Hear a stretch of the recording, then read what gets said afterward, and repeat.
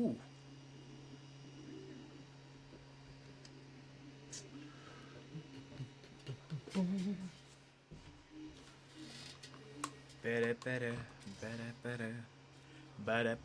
All right. Let me just make some switches here. Come here, little iPad. As I wreck everything on my desk. Let's put that out of the way. I'm going to break it for sure. See, this is what happens when Richard gets the main cam and he forgets to like duplex me in. You get to see Richard's sideshow. Okay, why am I hearing myself? Oh, I know why. Let me go to... You should say hello to the people. I will. Hello, people. I'll be right back. Hello, people. There we go. Now he gives me camera mode. Hello, everybody. Happy Saturday. Saturday the 18th. Wow. What a month that was. It flew by. I was off in the boonies of Alberta. And, well, I guess Toronto's not really a boonie, so we'll call it... Okay, there. I'm not getting double audio. The boonies of Alberta. There we go. There we go. Okay, let's say hi to everybody. Let's see, who do we have here? We've got Chris Galata, Rick Landon, Greg Theron, Ron Julian, Wiley's 3D, been a while, Larry Hall, Jim, David Clark, Ken Starrock, Chris A, Eric Widemark, Chris Travis, and I think I got everybody. Hello! I think so. Here. Hey, I'm in the Jim, and hey, studio. Wiley. Yeah, Richard's hiding there, and I chose to run away because I'm trying to assemble things at home. Hey, there's D Park 88. Welcome, John Kitchen. We're running a little fast tonight, but that's okay. This is leftover. It's nice to be on time. We had a very efficient day, so We did have a very efficient day. stay tuned for that. I got to make sure I've got. I need input 7. There we go. Look at that. Hey, it's 7 o'clock. Hey, yeah, let's roll that new intro. Yeah. New intro.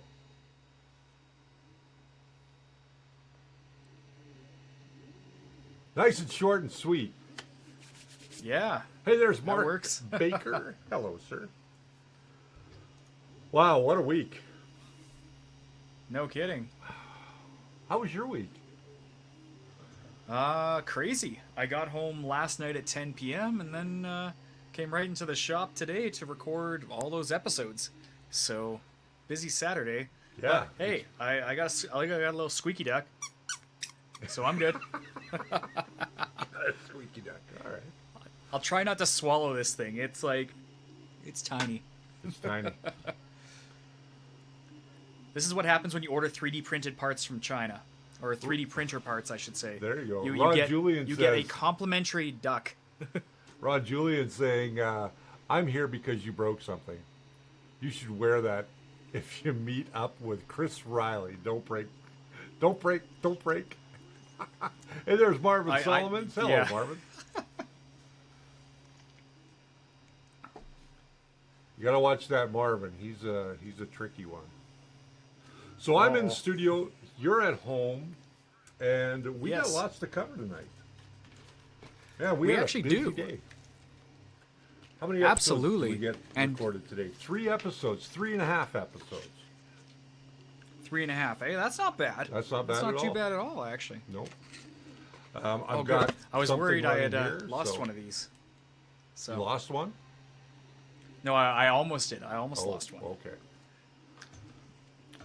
All right, who wants a sneak preview of my my little pet project right now? Throw a thumbs up in the chat there, and while you're at it, throw a like on the video. But Yes. Okay. yeah, it's First gonna be and it's gonna be a foremost, I fun gotta say project. hi to Jeff Jolly, and who else do I gotta say hi to? Frazan Malik. I hope I said that right. Hey, there's Raymond Emsley, who's moderating for us tonight. And Richard Taylor. Hello, sir. All right, so we had a really busy day today, and wow, we had tons of stuff going on. But let you show what you've got going on over there at your place. All right. It's going to hold at an angle because I haven't started soldering them yet. But you asked, you begged, you pleaded. We have got a hold of the SKR 1.3 board, and I am setting this thing up with Trinamic drivers. Wow. So, in the shop today, we got Marlin 2.0 compiled on it and running. A couple of hiccups there, I won't lie. I was on the Discord with Marlin making sure it wasn't a Marlin bug, but it's running, it's talking, and it worked pretty much out of the box with an Ender 3 stock display. So this is going into the Ender 3 Dual, and I'm hoping to have some results within the next week here. Very cool. Now, you're going to be recording all that install, are you not? Oh, absolutely. There you go. Absolutely. There won't be much to the install, though, and actually I'll show you guys a quick breakdown here of the board, but pretty much everything is either screw terminals or just basic connectors, and it's got two automotive fuses there that you can pop out at any time. So cool.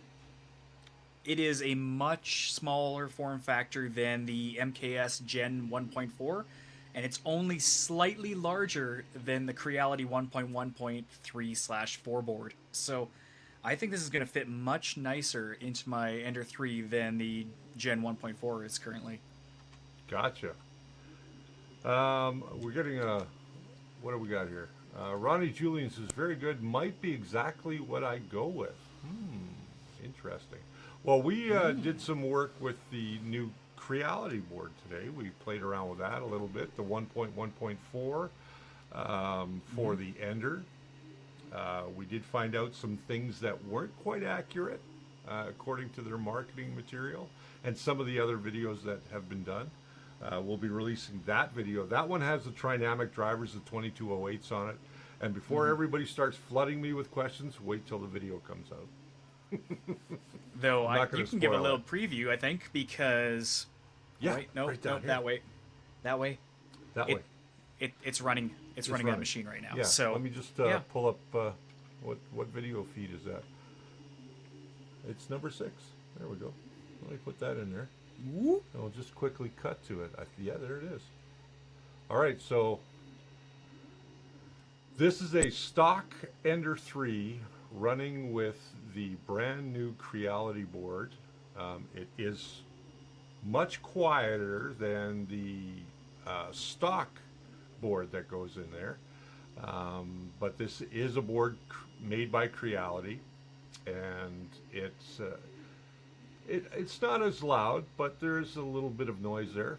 Hey, there's Ben E. Brady. Welcome. There's One Raz. Welcome. So I like the board. Would I use it for all of my upgrades? They came out with one for the CR10S. I might do it. But right now I think I'm still going to go with my Gen L board. I mean, the Gen L's way to go, but at the same time, it is a drop-in replacement for the Ender 3s. So it is. It's very minimal impact, so when you look at the cost, I'd say it's worth it. But I would too. Yeah, you guys will have to wait for the full review because it was fun, actually. That's going to be coming out fairly soon. What else we got coming out? Oh, wait a sec. You know what we didn't do tonight, Brian? What do we not do? First of all, didn't welcome everybody. We welcomed them individually. But we didn't announce who we are. Yeah. If you're new here to the first layer, we'll get through that now. My name's Richard Cleveland. I'm your host here every Wednesday and Saturday. And along with me every Saturday is my good friend Brian Baker. And we try and give you guys as much advice as we can. We both know a little bit. We share our experiences, good or bad. Yes. So you don't have to. Now, we've got a review coming up on May 29th at the end of the month. We got a review coming up of some of this stuff. This is called Purge Filament, and this was, you brought this back from filament.ca. We want to thank Ron over there at filament.ca for sending us this nice stuff, and we want to give some away. But, Yeah. Brian, you lay down the rules. All right. So with this upcoming episode, the purpose of Purge Filament is to clean out your bad clogged nozzles. So what we want from you guys is we want to see your worst clogged nozzle. And that could include a giant ball of filament on the extruder, because I miss seeing those. So I want to see the photos of your worst one, and Richard and I will pick the top 3 within the next couple of weeks, and those guys will receive a free package of Purge Filament courtesy of filaments.ca. There you go. And we tried this stuff today, and it works really well. I was quite surprised at how well it worked. So, yes, what you've got to do is put it up on our Facebook group, because I know everybody here is a member of our Facebook group. And you've got to go and put your worst clog up on our Facebook group, a picture of it. And we are going to pick the top 3, and then the top 3 will receive one of these, and maybe something else. Ooh. I opened up my first box of spool3d.ca's latest and greatest and new filament today. Actually, I suppose you can grab the camera and show it off. It is right beside you. It is. Oh, I can't kind of grab it, but what I want to say you can about take the it, webcam. You can go up close. yeah, well, the webcam's on the ring light, so I do this. Oh, okay. We were so set for shooting. Nothing's really portable today, Yeah, so nothing's really portable. So what I'll do is this. Let me just pull it off there. just pull it off and slowly hand reel it. There we go. There we go. So I opened up a spool of white because I'm doing a lithophane, and that you guys are going to see that video coming out pretty soon. I love the way that this stuff is wound. I got to tell you, it's much better wound than our previous filament that we used to get. It's still on a nice heavy-duty reel. The one thing that has changed is now that they've got this wonderful little guide on here to let you know how much filament you have left, which is kind of cool. And you want to know the biggest bonus? Brian, I know you know this already, but we have to get Let's Brian hear it in again. front. Why not? Yeah. You get a bag to put your filament in. That's the first big bonus. Mm-hmm. The second bonus is that all of all the filaments at spool3d.ca are all Pantone colored now. So it doesn't matter if you order a roll today or you order a roll 6 months from now, that color is going to be the same. So if you're We should looking for maybe some talk for a filaments, give them moment try. about. We should talk about Pantone for a moment, because I think, at least for myself, I don't know a lot of people that actually know about Pantone. So, let's just give them a quick breakdown of the Pantone company and their standards. Well, Pantone as a company has created color standards through a color science. And each shade, each primary color has a code associated with it.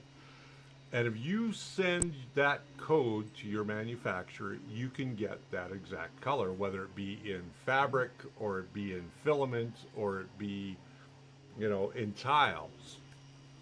You should be able to get that exact shade of color if the company you're dealing with complies to Pantone's coloring science. I think I got that. Yeah. Pretty much, yeah. It's a standard, even more so than anything now. So, Yes. on the boxes of actually, you probably have the box there, and you can probably show someone right on the edge, underneath the label white. It actually has the Pantone color code. And if you're unsure of what that's going to look like, go to the Pantone website, type in that color code, and it'll show you the exact shade. Now, your monitors aren't going to be color coded, so there might be a deviation from what you see on your monitor versus that. But if you went to a any business that carries Pantone test shades, I think paint shops actually carry them. You can go get the testing strips and get that Pantone color strip to see exactly what it's going to come out like.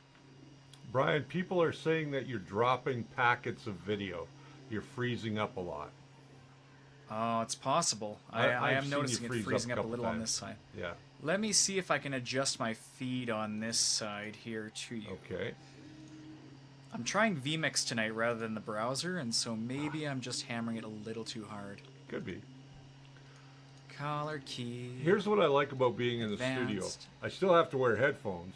Good thing I have an extension for my headphone cable. But I have everything in front of me. I'm well lit, and we've got lots of lighting. We got all kinds of fun going on here. And then when I'm done here, I can just shut everything off and go home. I'm just going to rapidly reconnect here through the web browser. So just hang on with me a moment, guys, and I will be right back. I will just talk. How's that? Okay, so let's see. We've got, there's Jerry from 3D Printing and Painting. Welcome, Jerry. Who did I miss? Chris Travis, Paul Cumber. Hello, Paul. That's a fast reconnect. Wow, that is a fast reconnect. You're not dropping out at all now. No, this is just the reduced 720p feed, and unfortunately, vMix still hasn't got 1080p streaming correct yet. They're getting close, but... Who else did I miss here? I know I missed somebody else. Jerry, I'm just naturally red, and my condo is very, very warm. I probably have rosacea, I'm sure. So Paul's asking, is all Ender 3 printer coming out with motherboard? I think what he's asking there, are all of these new Ender 3s coming out with the new motherboard? And the answer to that is a definitive no. Mm-hmm. The motherboard with the silent steppers, and I had the box around here somewhere. The motherboard with the silent steppers is an upgrade. So you would have to order that either from your retail outlet where you are or from Spool 3D. They have them in stock, or directly from the Creality website. And actually with that, I know we didn't talk about this much in the video, so we should probably talk about it right now. Having a Creality 1.1.4 board does not guarantee it comes with the Trinamic drivers. We actually had two identical boards side by side, both with the new CH340 chip for the serial port and all that. The serial number, like the manufacturer date on the board was identical. Everything was identical. There was no indicator about whether or not it had Trinamics underneath those glued-on heat sinks. So you really have to be careful when you're ordering those boards. You can't just order a 1.1.4 board. The only identifier is actually on the box, a sticker from Creality saying, oh yeah, this is the silent stick version. Oh, people saying your mic is booming just a little bit. Just bring down the volume just a bit. Oh, is it peaking a bit? Okay, let me pull that back.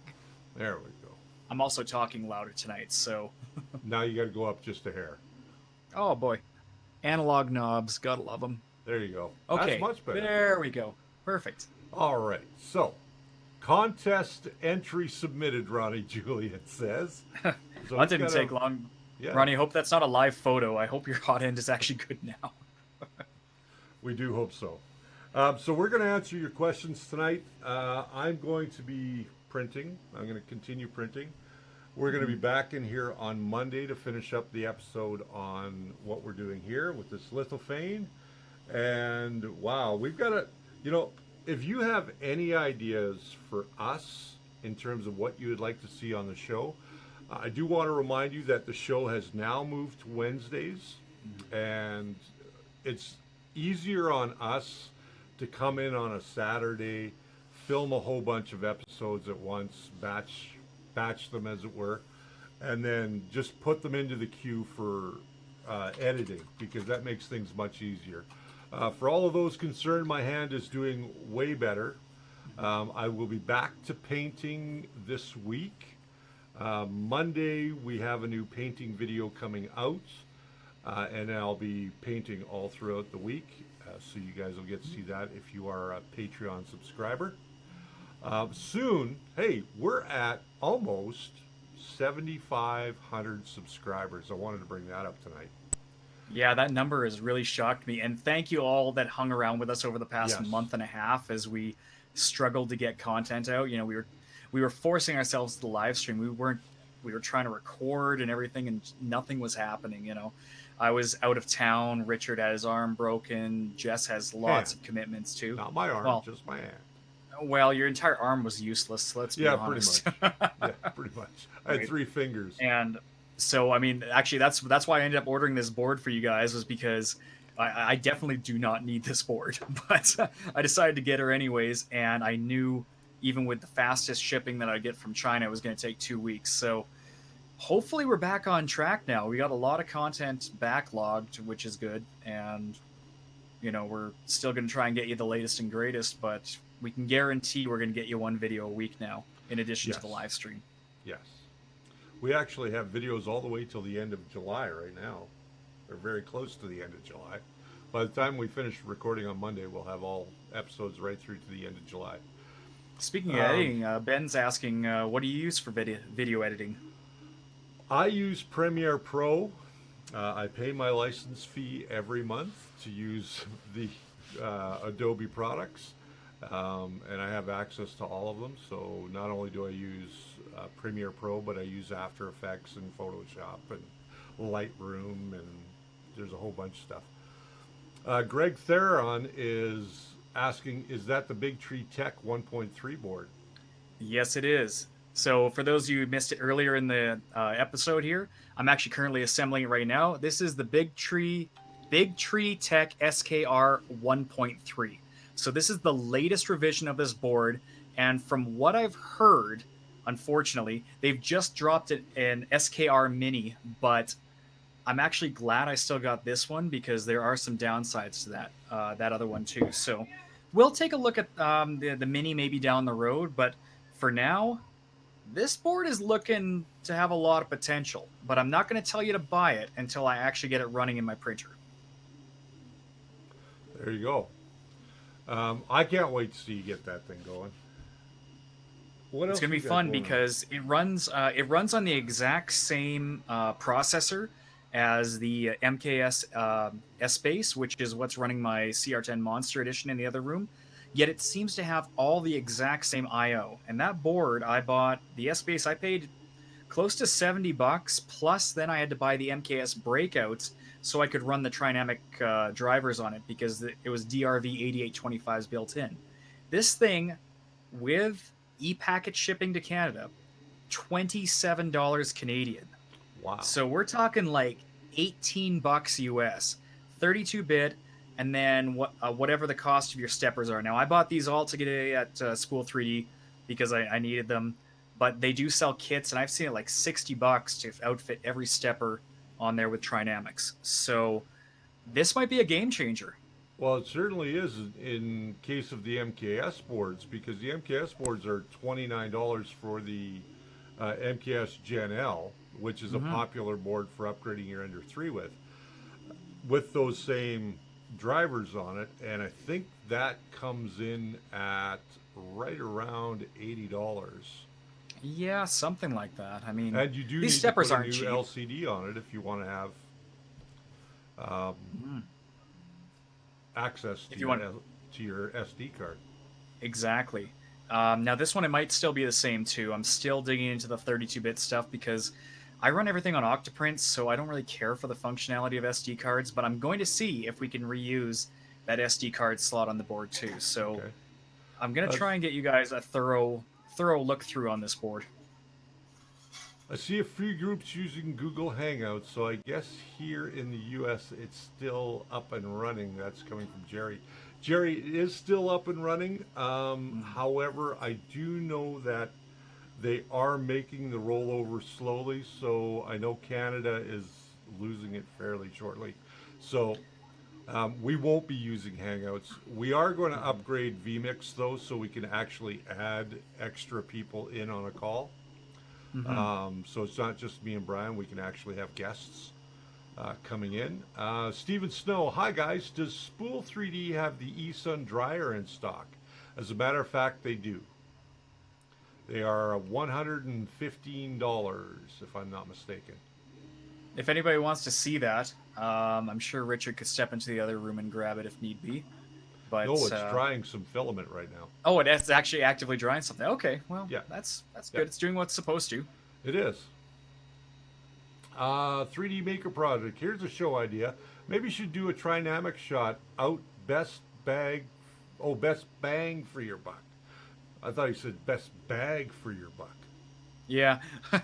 Well, we're looking at that. See, the problem is Trinamic, they are dropping a lot of steppers lately. And so part of the issue I was encountering earlier today was a bug in the hardware, what they call the hardware extraction layer in Marlin. It's boring stuff. I won't bore you with it. But when it compiles for the Trinamics, it compiles for every single Trinamic out there. And they're up to now the TMC 5160s or something. Yeah. So I haven't looked into any of that. The last time I checked in, they had I think they were the 2660s. And apparently they're supposed to be more powerful, better version of Silent Step. But it's not really on the consumer market yet. I know Spool 3D doesn't have them yet. And I'm we not don't have them yet. About to become a beta tester, when they're $20 a pop, if the 2208s are working just fine and the 2130s in SPI mode.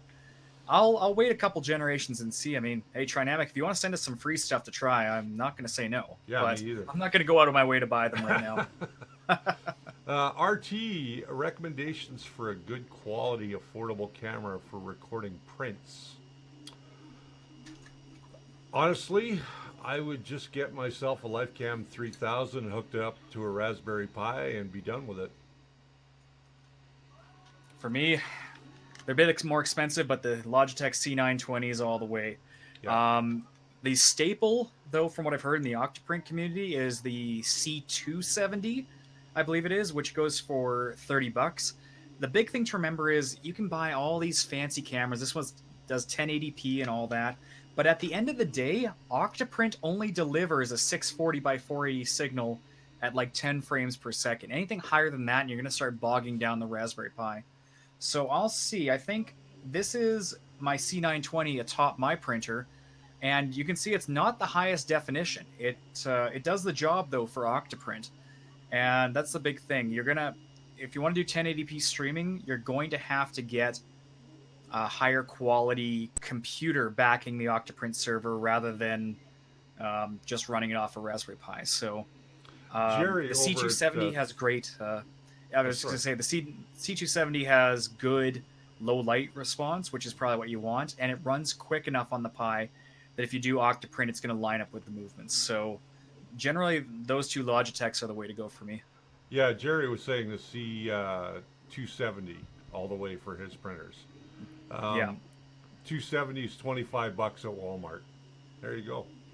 Yeah, it's cheap enough. I'll be honest, the only reason I have so many of these C920s is because the electronic recyclers in town keep getting them in for stupidly low prices. And so I'm buying them for $20-30 anyways, so I know it's a good camera. And then our good buddy Chris Riley there at Chris's Basement just put out a great video on how to use some tools in Linux and Windows to actually manually control these Logitech cameras. And then I think you're going to get the most potential out of your camera that way. Now, you can also add a wide-angle lens with Thingiverse adapter. Yes, you can. Here's something that's cool. I'm going to actually just go back here to a shot that we have.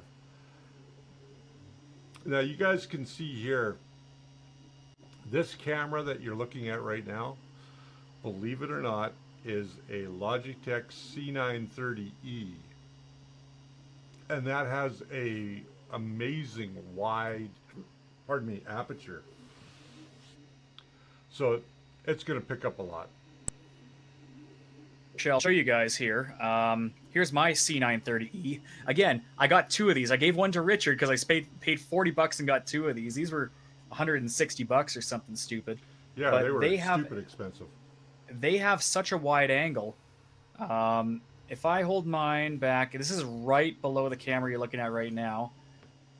That's how wide angle it is by comparison. So It's got about I think they said 100 and actually I forgot what the degrees of viewing it is, but it's pretty wide. It's got the exact same CCD as the C920, but it actually has less camera controls than the 920. That was the problem, because this guy, the 930, and you can tell by the silver portion here, that one is based for teleconferencing for businesses. So it's going to have an ultra wide angle. It's going to have a real small aperture. That way, there's not a lot of perspective on it, and it's going to be everything automatic to try and dynamically adjust for people rather than having you manually control it. So there's an up and down to each one. Now, the Brio that Jerry was mentioning, I believe it was Jerry that was mentioning that. Yeah. Yeah. The Brio, I haven't heard a lot of good things about that thing. And with it costing some like 250, 260 bucks just to be in 4K, it's not worth it. You know, I've had success with that Microsoft. Is it Microsoft? No, it's Logitech. Yeah, the life cams. Well, I've had success with those. I have one at home actually, but I think that the one that I think works really well is that Microsoft 3000 that's out there. It's a great little webcam. It'll plug into a Raspberry Pi very easily. It's very inexpensive. I think in the U.S. it's right around 20 or 25 bucks. It's about $30, 35 here in Canada. Mm-hmm. Greg Theron wants to know where in Calgary do you get the recycled cameras? Yeah, I posted in the chat there, but Okay. they're called the Electronic Recycling Association, and there's a bunch of them across Canada and the U.S. This one, they list a bunch of stuff on eBay, so you can go on there and auction and buy, and sometimes you can just strike a good deal. Almost all the equipment I'm running off of is actually from there in one shape or another, whether it be servers or the Blackmagic capture card you're seeing this capture on. Lot of different technology I've picked up over there over the years. So it's a great little resource. I mean, you don't have to buy new to set up a good video operation. That's true. Eric Weidmark's Eric asking. is asking, so how many printers do you have running at the same time, and are they running instances of Octoprint?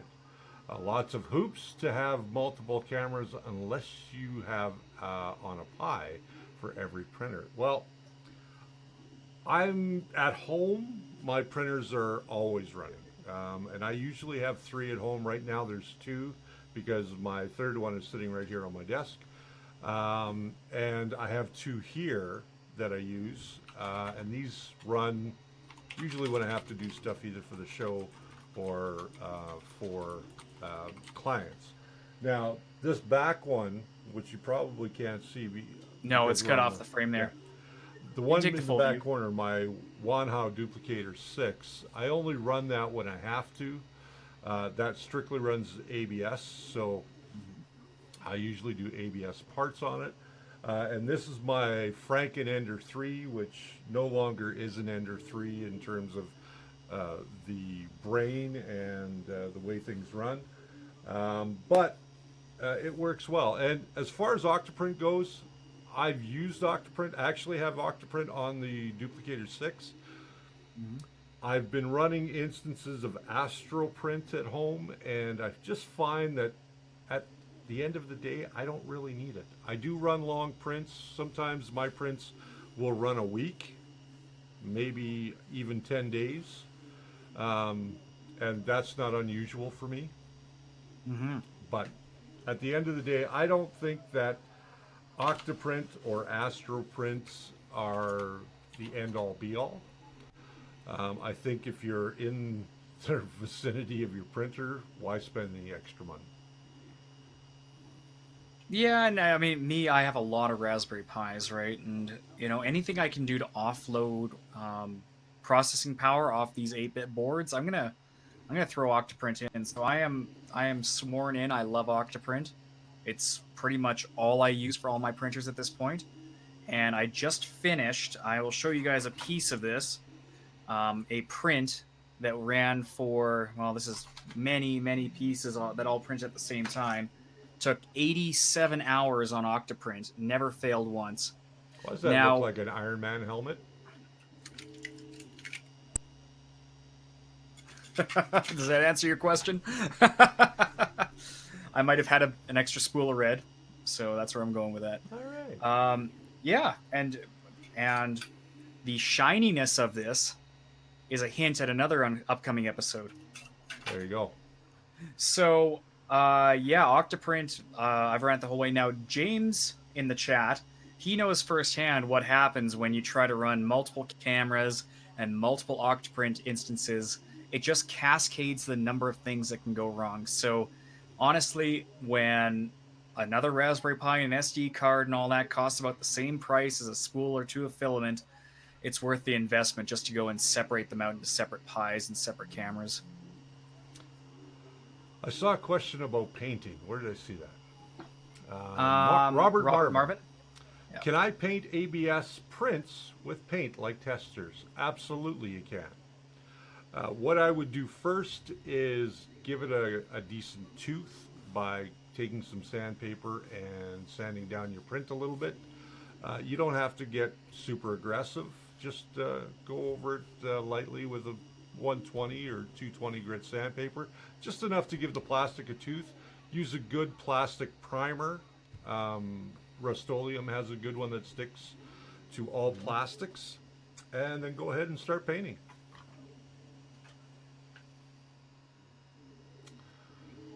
If I have a Raspberry Pi, then why not? Yeah, that's true. If you've got a Raspberry Pi, why not put a camera on your system and put an instance of Octoprint? And, I haven't tried it. I really, really should, because I've got a lot of Raspberry Pis. Yeah, me too. A lot of people will attest to that. I have not tried running the Pi Zero yet as an Octoprint server. It's going to be slow.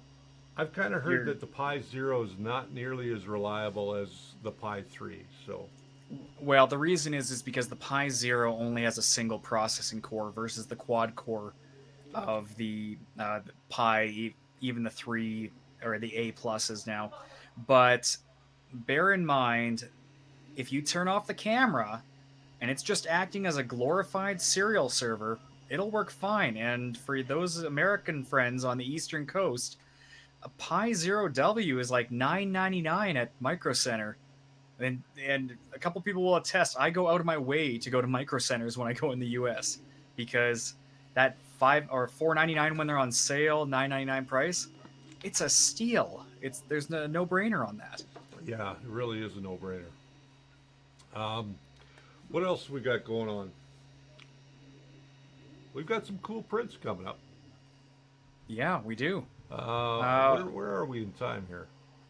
We're only at 7:35. We're chatting away. Oh, yeah. I was just taking a look. Yeah, Jim saying Calgary Computer Wholesale has 2 Logitech C920s for $99. And depending on the day, okay, this is my secret, so don't screw me over for this.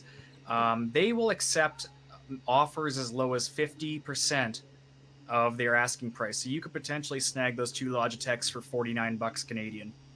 There you go. So, I mean, just don't take all the good stuff, please. There you go. So I want to talk a little bit more about filaments.ca. I've had a couple of conversations with Ron now from Filaments. He's the owner of filaments.ca. You got a chance not to be confused with the Ron of Canadian Maker Project. Right, not to be confused. There are too many Rons in Ontario. We got to stop this.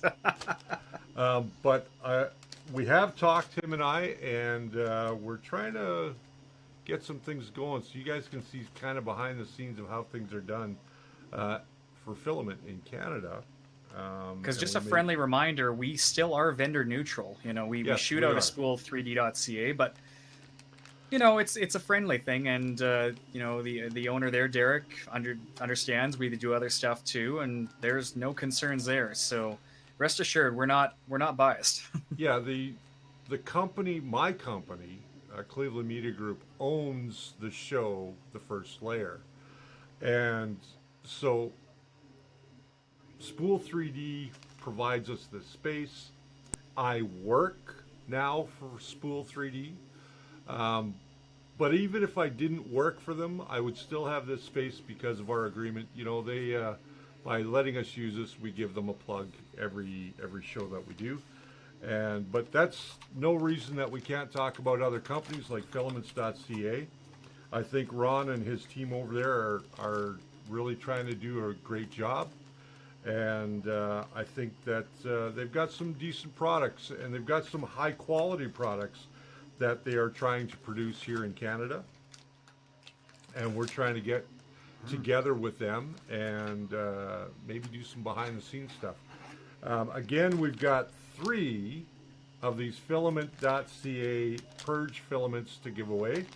And like Brian said at the top of the show, for those that are joining us now, if you want to get your hands on one of these, you should post your picture of the worst clog that you've ever had. Your worst clog. It can't be something you found on Google. No, I will check. It has to be yours. Has to be your clog. And we will sit down and go through them. And when this episode airs, which will be on May 29th, we will announce the winners. And we'll put them up on our Facebook. And then those 3 winners will get themselves a nice little sample of purge filament. And we used it today, and it worked shockingly well. And it's nice because I think for a while the only one that you could buy, at least here in Canada, was the monoprice one, which it works. It doesn't work the same as this stuff though. So this stuff good on you. I've got it all over my desk. Yeah, you got it all coiled up there. Yeah, it's all over my desk still. But I ran the toughest color I could through the printer, which is red. And for anybody that's ever run red through their printer, knows that red is the hardest color to clean out of your nozzle. And that stuff did it within 300 millimeters. Yeah, that's that red bleeds. It does, yeah. It certainly does. So I want to see if we've got any more quick questions. I'm not seeing any. Now, tonight I don't have my laptop here, so I'm looking right there at the monitor. I've got the chat right here on me, so yeah, you're about 3 feet away. I'm about 6 feet away. Yeah, I'm trying to. Yeah, it's a little far. Yeah. Yeah, Chris Travis and I, we were just talking in the chat here about the about Octoprint and the developer using an SLR camera. And I'll tell you right now, the reason why I don't recommend using an SLR camera is because SLR stands for single lens reflex, and basically that little shutter, every time you take a photo, it goes mechanical click, right? Back and forth. After about 15, 20,000 of those on some of the cameras, they start to have issues, and it's not exactly a cheap thing to fix.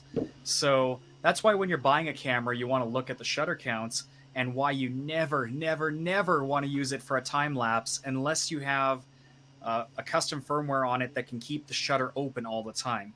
And as you've seen when I live stream with my custom modded one, that introduces a whole new set of issues with the sensor actually overheating and can cause damage long term to it. So at the end of the day, do you need a 20 megapixel sensor on that? Unless you're shooting fantastic B-roll, I don't think so. There you go. Greg Theron, Brian Baker, do you save on shipping by picking it up at Calgary from ERA? Yes, you do. Yeah. My office is about 2 blocks from that place, so I'll go buy it on eBay, pay for it, drive down the road. They're like, we haven't even processed it yet. I'm like, give me. It's mine. I want it. Plus, they have a really awesome arcade cabinet in there once in a while, so you get to spend a couple minutes playing like Marvel versus Capcom. I mean, there you go. You know, it's a neat place. There's no storefront or anything like that. They operate it purely on the eBay aspect. But if you're looking for computers and stuff that are not listed on there, they will take you. And it's a not-for-profit too, so they do help a lot of people. There you go. David Clark, hi. Any help with supports on Cura 4.0? I can't find any info. And you're not going to. Because nobody's done a video on it. But, that being said, if I look at the board over there, we have, supports in Cura 4.0. We're going to be doing an episode on that very, very soon. So stay tuned. We will get you info. Absolutely. And the question's coming up again. If you can afford it, C920. Yeah, all the way. I agree. That is the better of the camera. If budget's a concern, the C270 will be adequate. Jim says he's got a MAME arcade cabinet in his house. I have a MAME arcade cabinet that I'm building here. That RT has one of my parts because he was helping me out with some buttons. I thought I had a whole bunch of 24 millimeter buttons. I have 30 millimeter buttons. So RT's helping me out with that. Hey, there's Hoppy Nacky. Hello, sir. Chris Strauss asking us, has anyone used a GoPro for a time lapse? I have actually, just not for 3D printing. I'm just gonna see if I can pull it up. Basically, you'll see James in the chat there. Him and I drove to Spokane, Washington, from Calgary, and on the drive back in the dark, I actually set the GoPro on the dashboard in time lapse mode and drove all the way back. So it's neat, but you don't have a lot of control over it. The time lapse is based off time intervals. And so if you actually ever do a time lapse of the printer, the problem is you can't predict where your bed is going to be. You can't predict where the hot end's going to be. And you're just going to see a bunch of blurring around movements the whole time. So the exception is if you have a Core XY printer. If you have one of those, you'll be all right. Now let's see if I can find that time lapse. It's actually kind of cool. Rick Landon, how to print in Cura thick and heavy. Are you trying to print like super thick lines? I mean, well, the obvious answer is just get a bigger nozzle, but there are some ways to do really thick lines, and I've tried it, and it's not worth it. Your nozzle just clogs up trying to flow too much. But yeah, what else we got going on here? So Rick Landon says he's been testing Cura 401 and lack of help. Yeah, Ultimaker has not been great when it comes to communication, but if you do have an issue, they actually do have a GitHub page, and I've posted in there, and they've been pretty good. So if you have an actual viable issue that you can somehow describe and give them the information, they will hop on it pretty quick. I'm trying to remember what the heck I posted in there, but we did get it resolved fairly quick. Oh, Rick's saying walls connecting too thin, it looks like. Oh. That's what it says. Oh. Rick, check your filament diameter. Yes. Because they have been known to mess up profiles and set your filament diameter to 3 millimeter instead of 1.75. Yes. Which printer are you using it with, Rick? And I'll, yeah, maybe I'll install it here and have a look for you tonight.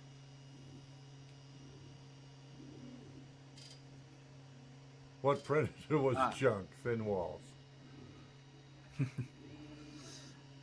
David Clark's asking, what kind of holder do I use to hold your camera for the time lapses?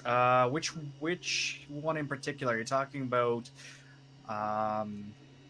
Let's see. Are you talking about this one, the overhead, or are you talking about this hideous one, or? Yeah, they're not exactly the greatest angles. Yeah, it's just all hacked together. But to answer your question. The ladder on the CR10S is a Wisecam V2 that is zip tied to the frame of my ridiculously overbuilt printer. And the Ender one is hanging off the top of the frame looking down. So it's nothing elegant. But Rick has a Folgertech Prusa i3. I'm sorry. It could be worse, honestly. That's true. It could be worse. Could much be worse. Yeah, let me grab this Cura. Rick, also, you know what? Actually, Rick, try this. Do me a favor. Grab the Creality Ender 3 profile from Cura, because it's actually not that bad, and then just change the build plate size according to your printer, and let me know how it works out, because it could be that they just completely botched up a profile. That's very true. Yeah, Ron, my CR10 looks like garbage right now. It needs some love. Okay. I like how he says butts. Yeah. Yeah, that kind of does sum it up. Yeah. Oh, nuts. Oh, nuts. Nuts with all the connector blocks.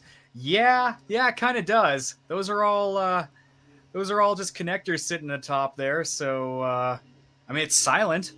It looks ridiculous, but it's silent.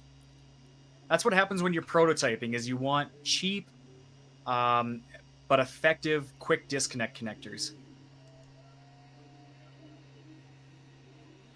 Eric just put a link to Thingiverse for a good C270 mount. Let's have a look at this here. Oh, I like that. I'll Let me pull it see up if I and I can. will give you the screen. I will see if I have to set up my scene here for this. Scene 2, we'll call it that. Sources, display capture. Number 2. Okay. Kind of makes it look a little bit like Johnny Five. A little bit. Yeah, but okay, so that one there, it goes onto a standard tripod mount, which is not bad. And then if you guys don't have anything fancy, what I do is I bought these from Amazon for a couple bucks each, and just basically creates a little ball mount atop whatever tripod mount you have. So maybe you should give that a try sometime. And yeah, that works great. The problem with me is tripods take up room, so I ended up building my Ender or my CR10 outwards, and then had a frame across the top to attach to it. Jim, why are your profiles in Cura getting corrupted? They shouldn't get corrupted on their own. I have seen that happen a couple times with people, though. I think David Clark, was it you that messaged me that showed me that absolutely corrupted Cura window? Oh, wow. But yeah, I'll tell you what. Just all things aside, guys, wait until Wednesday. I've got some cool stuff for Cura for you. So um, hang in there because Cura is actually all right. Yes. This fixes Raymond Ensley, Cura. what was the Cura plugin you were talking about the other day? Wednesday. Watch on Wednesday. I can't give you guys everything. You know what Raymond's going to do is he's going to come into my office on Tuesday and look on the board and go, oh. Well, that's fine. He can do that. Yeah, that's true. He can do that by all means. If you want to find out what's happening Wednesday earlier, Spool 3D's open Tuesday. Yes, we are. I can now say yes. Rick Landon, what about mic stand boom to mount cam on? You know what? You certainly do that. I've done it a lot. I'm doing that right now. Okay, I'm going to use my fancy work phone so you can see my camera is mounted to one of these Amazon special. It's kind of hard to see, but it's mounted to one of those Amazon mic arms. I have a mic arm around here somewhere. As long as your camera's light enough. If you're trying to use an SLR, it's too heavy for those. But yeah. I actually upgraded the other day. I lied. My light here that you can see is actually mounted to a mic arm in front of me. And then the camera itself is actually sitting atop a small Manfrotto tripod that I bought at Aden Camera while out in Ontario for, I think it was $80 Canadian. It was a bit expensive, but it's high quality. But Richard, you got the fun play toy there. That blew my mind today. This is a combination of two pieces. Now, when you buy this is the M225 plus the CK30 tabletop tripod. This is by Newer, and you can get this on Amazon for about $53. Now, I went one step further because I like Joby products, and I put a Joby ball mount on here. So now I can go and buy these plates and put them on a multitude of different cameras, and then just slide it in, click it in. And this thing, that's as low as it goes. And look how long this leg comes out to. Like, that's huge. And then Yeah. Wow. you can turn this and lift that right up.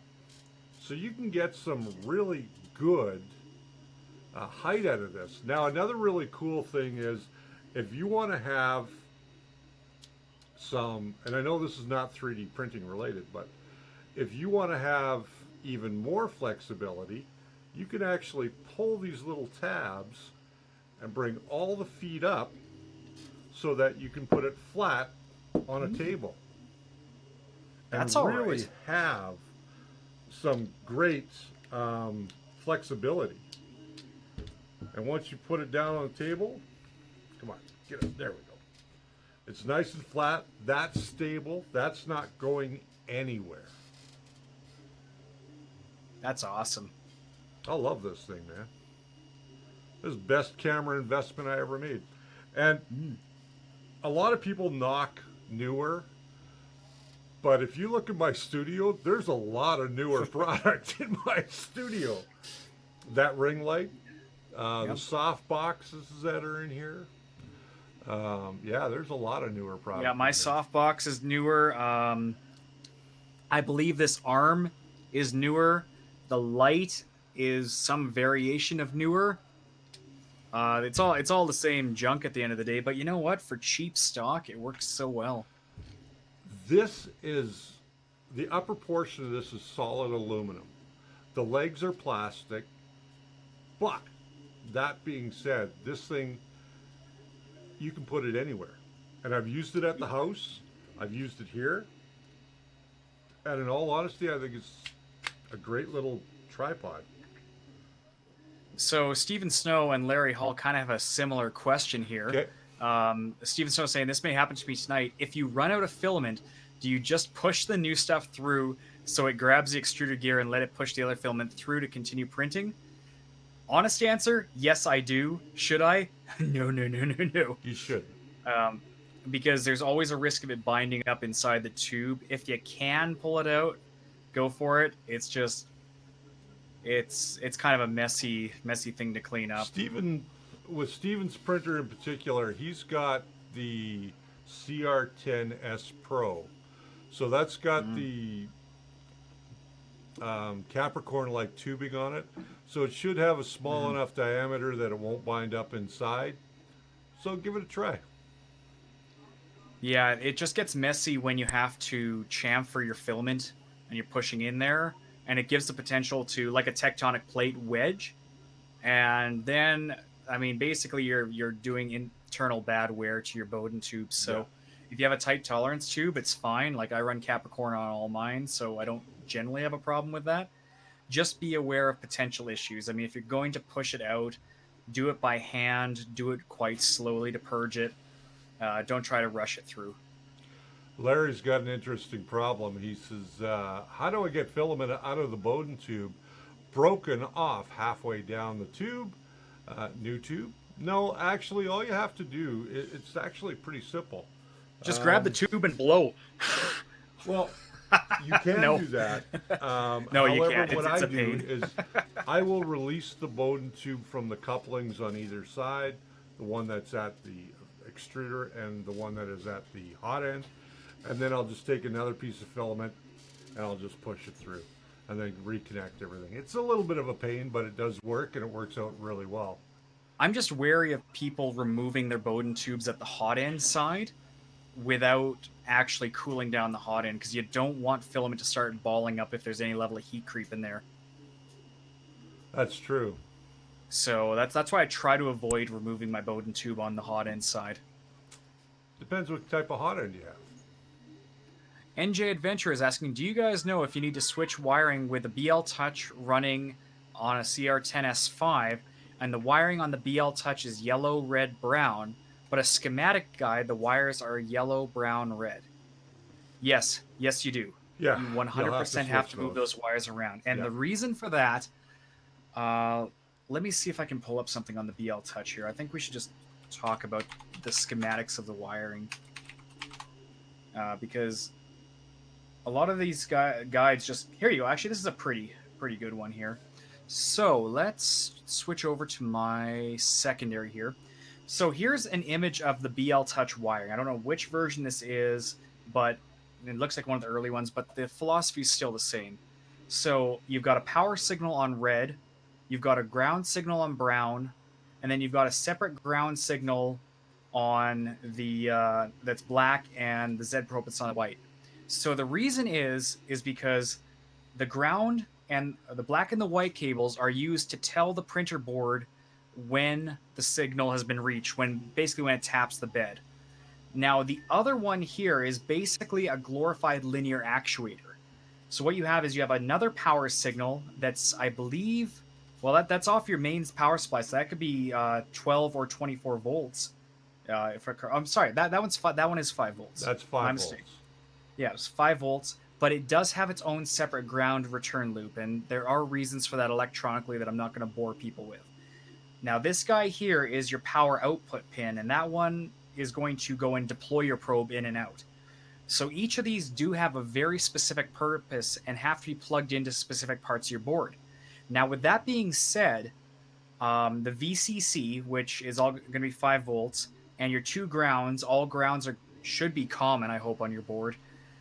Those guys you can selectively put wherever you want.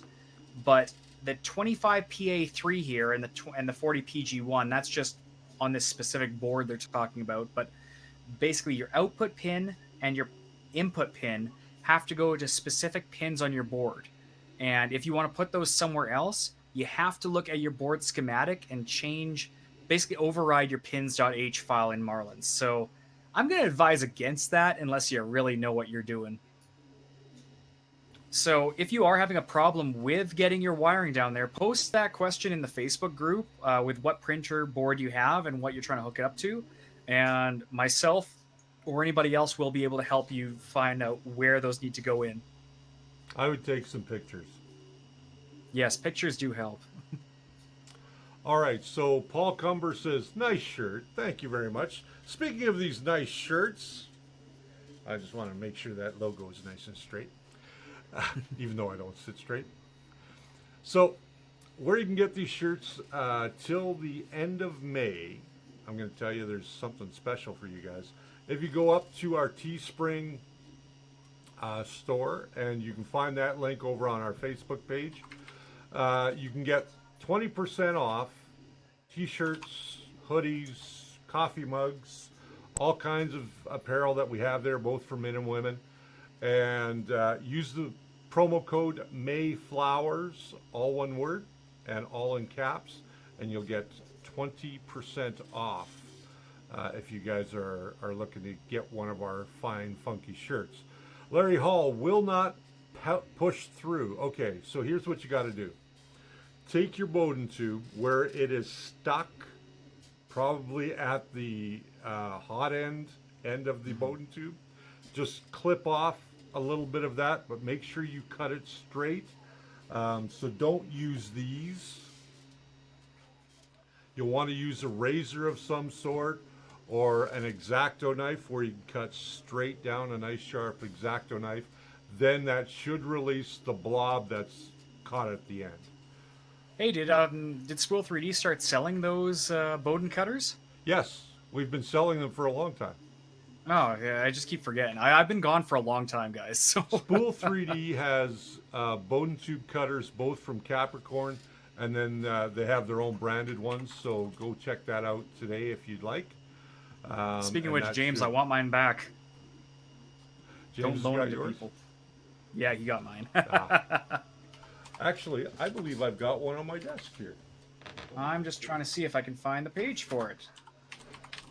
I do have one. I don't know. Ah, there we go. It's called a tubing cutter. There you go. There you go. There it is. I got one right there. So it literally is just like a partial razor blade. And so don't stick your fingers in there. It's really, really tempting to stick your fingers in there. Don't do that. You just put the Bowden tube in the little triangular part, and it snips straight down and cuts it perfect every time. And doesn't bend the tube, or you have to sit there with pliers and pinching it. It actually works really good. That's why I probably haven't got it back yet. Yeah, probably. Yeah, I love this. I have one in my office here. I believe I've got one at home. I've got the Capricorn one at home, and I got to tell you, I really like them. They work really, really well. What do I want to address here? There was something I wanted to address.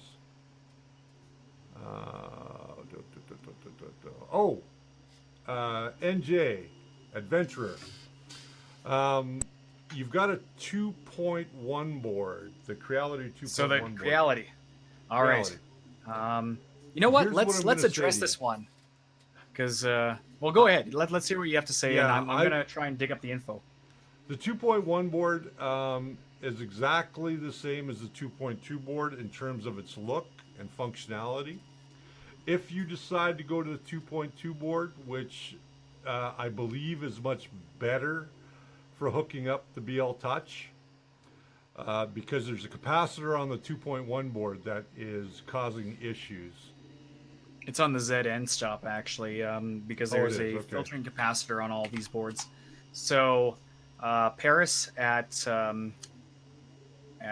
BL Touch there recommends desoldering it. Now it's a bit of an adventurous process for some people, so It is. It is. you have to take it with a grain of salt. But I do know that it is supposed to improve it quite a bit. Anybody I'm just gonna look it up. upgrading to the 2.2 board, which is out now from Creality, I want you to be aware that doesn't matter what you're buying that for, whether it be a CR10S, CR10S Pro, CR10S 4, or the S5, they do not come with firmware installed upon them. We did 2 boards this past week. They do have bootloaders, but they don't have the firmware. So what they're requiring you to do, even though the box is labeled for the individual printers, they don't have the firmware on them. One of the things I want to point out real quick is that from time to time we will tell people to, go check out some of our community members. But on our Facebook page, there's been a real rash lately of people promoting their YouTube channels.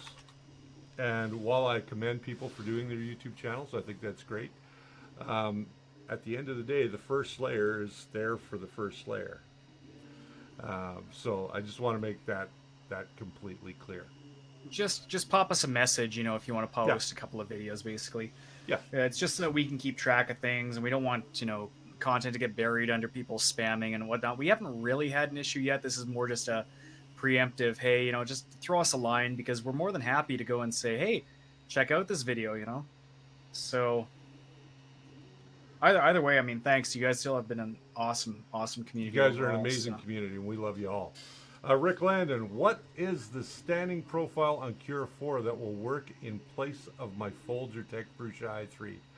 I write it down this time. I believe you said the Ender 3. Is that correct? Yeah, I'm saying the Ender 3, CR10S, any of those boards, because they're pretty conservative profiles, and they do just work. Now, I really don't know that i3, to be honest with you, so I can't guarantee it, but I do know, since I use that profile, it's actually usually my starting ground for any of my printers. So just have a look at that. There we go. Well, we've run a All little right. bit long tonight, ladies and gentlemen, so I do appreciate you all coming today. For sure. And I did promise asking questions. promise the Marlin thing, so I'm gonna quickly look that up here for the pins. So Okay. bear with me, guys. I know it's trying not to go too overtime here tonight. I do want to remind let's you guys that this is available in our Teespring store. Go and pick something up for yourself. We want to see pictures of you guys with your mugs, your shirts. Become part of our first layer group and family. Okay, Thank you, David Clark. We always appreciate it. Now we're going to have great, David and I can't not David. Wait, we're going to have Greg? a David. We're going to I'm have really bad a with David names too. and another fella come on our I'm show gonna be pretty bad. soon. I'm gonna look on the phone. Hoppy Really Nacky, bad. thanks guys. Thank you very much for joining us tonight. So I'm just trying to kill time till he finds us. Yeah, hey, I'm multitasking multiple things. Okay, yeah, it was Greg and David. Greg and from David, Lethbridge. yes, we're gonna have Greg and David on the show pretty soon. We're gonna talk to these guys, and there are a couple of fellas down in Lethbridge, just south of Calgary, and they just got things going, and they're doing a lot of builds and educational stuff over there. So we want to talk to them, maybe go out and see their maker space one of these evenings. All right, so let's see if we can. I'm gonna have to show you this guy on the GitHub, because actually this computer has literally no. I don't have any printer firmwares on here right now. So if we look at Marlin, there are a bunch of features. The number one we want to find to figure out what your default BL touch wires are in the Marlin firmware, we want to go and find the boards.h file. And I'm gonna sneeze here. Pardon me. The boards.h file will define all the different motherboards that you'll enter in at the top of your configuration.h file. So from here, you'll be able to determine, number one, if your board is supported.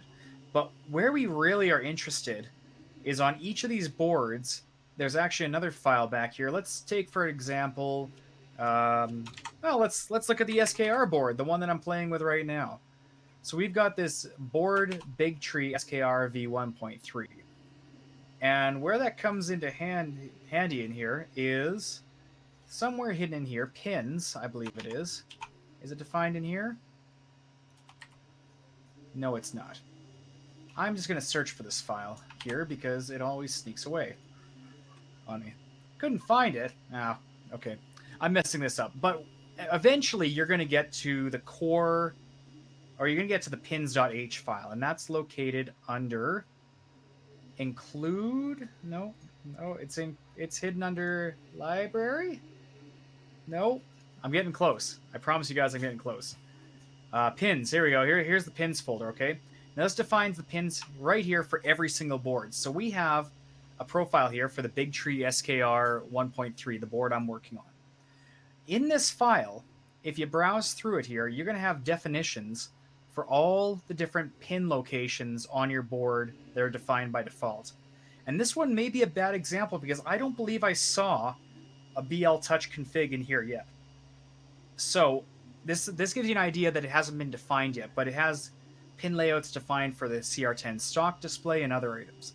So the one I do know that has it is the MKS S-Base. So if we take a look at the S-Base board here, and we look for, I believe it's BL Touch. Oh no, they don't define it in there. Maybe they call it servo. That's what it is, servo pin. So the servo pins, the servo output pin here, this P1_23, is where your BL Touch is going to deploy your probe. And then, of course, you use your limit switch feedback, your Z min pin for the feedback. And actually, there's a comment here saying the original MKS S-Base had a 10 pull-up there. So when using a Z probe, we use a different pin. That is dealing with this capacitance issue we're talking about on the Creality boards. So there are plenty of workarounds to things. But what I want to show you guys is that with finding that servo pin, in this case P123, you can actually go on to, and let's pull up the SKR board here because I didn't search it correct the first time. So SKR 1.3 and servo pin 0 P200. So now if we go to the SKR 1.3 GitHub page from Big Sky Tree, because they were awesome and open sourced it, we can actually go into their wiring diagram, and I believe this wiring diagram, does this one show it? It does not. There's an actual schematic one in here under hardware and schematic, and this is an electrical schematic. It is kind of boring, but you can find out where that P2_00 pin is. And that's how you set defaults. This is kind of a much more difficult one. If you look at other boards, such as the MKS Gen V 1.4 pinout, they actually label on these green looking drawings, they actually label what those pin numbers are. And this might be kind of hard to see, but they've got like A2 and D23, which corresponds to, I believe, P0_23, and that's how you go with defaults. That's your boring drill into how Marlin goes in the back end. But with that, I can tell viewers are probably going to start dropping off here on us. So let's switch back to our cameras and say a few words to these awesome folks who hung into the end. Yes, thank you very much for hanging in. We took you to school at the end there. I usually do. My goal Saturday night is if you're not going to go out and party like me, you're going to sleep well because of me. Yeah, that's right. Or you've already fallen asleep. Yeah, that's true too. Have a good nap, guys. We'll make this ASMR from here on out. There we go. So I want to thank you guys all for showing up tonight. Thank you again for your questions and your comments. We do really appreciate them. Give this live stream a thumbs up if you like. Leave a comment down below. And don't forget, if you are new here, please subscribe. And we will, add you to the list. We got all kinds of great things coming up. So, Brian, thank you again for... You're on this side of me. Yeah, there we go. Yeah, this... Oh, no, I almost got it. There we go. There. What? Thanks again, Brian, for showing up for a Saturday night. I know you were busy last week and out of town, so you left me all alone. Yeah, now I'm catching up on the social life. So, James, if you're still tuned in, that's your cue to leave your house and come pick me up. So, there you go. Thanks, We're gonna guys. go out I and do some appreciate it. karaoke. I'm going home to bed. You guys have yourselves a great weekend. We will see you back here again next Saturday night for another live stream. And don't forget to tune in Wednesdays at 5 p.m. Mountain Standard Time for a brand new episode of The First Slayer. And until we see you next time, remember that The First Slayer is always your foundation to a great print. Have a good one, guys. This is the cue where Richard has to run to the computer and push the button. Otherwise, it's the Brian Show.